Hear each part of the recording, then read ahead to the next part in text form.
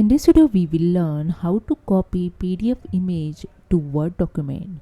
So let's start. So this is my PDF and I'm copy this image in Word document. So I just show you here. So you can see this is the image. Okay. So let's see how it's done. I first delete this image, and to copy the image, go to the Insert tab. In Illustration, just click on the Screenshot option, and here you can see the available windows. Those are open on your laptop is showing here. So select the PDF window. I select this, and you can see the screenshot is added here.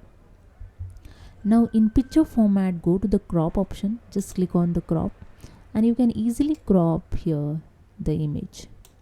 So I easily crop this PDF screenshot, and I just crop up to the image. Okay, done. So that's it. You can see you can easily copy the image from PDF in Word document. Hope you understand. If you like this video, please subscribe my channel. Thank you so much.